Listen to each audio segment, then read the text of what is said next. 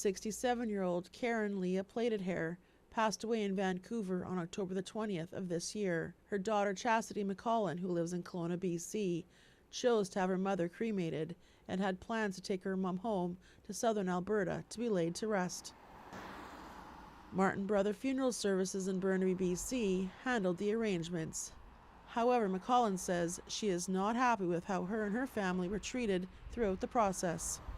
I was not given any kind of options. I was just given a tracking number and then realized that it said Canada Post on it. And from that point, basically have felt sick to my stomach every day. And then once McCollin all of is this happened, upset because one day after her mother's ashes were put in the mail, Canada Post went on strike. After calling Canada Post and inquiring about where her mother is and when she would be delivered, they could not give her any information. Previous to Chastity's mother being put in the mail, McCollin's cousin Chantel Morin spoke with Jennifer Harder, who is the senior funeral director at the funeral home. She informed them at that time that whatever the cost was above and beyond what social services would pay for the arrangements would be covered by their First Nations band. Jennifer stated, okay, I will give you a date of when we can do the cremation, and then we can discuss further from there how you would like her to be shipped. So that's the options that she gave us.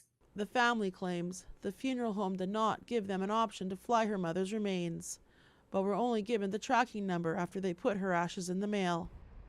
APTN News asked Canada Post about why human remains are not considered essential parcels, and they responded with this emailed statement. This is a difficult situation and we sympathize, but unfortunately, CUPW's decision to launch a national strike means that mail-in parcels were trapped in the system without warning to customers. While the strike continues, we're not able to process or deliver items. Any mail and parcels in the postal network have been secured and will be delivered on a first-in, first-out basis once operations resume.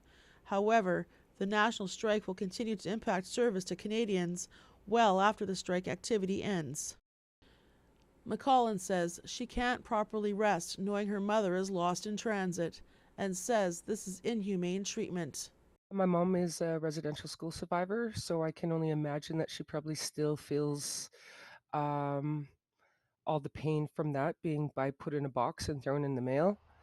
Martin Brothers Funeral Services did not respond to our request for an interview. Tina House, APTN National News, Vancouver.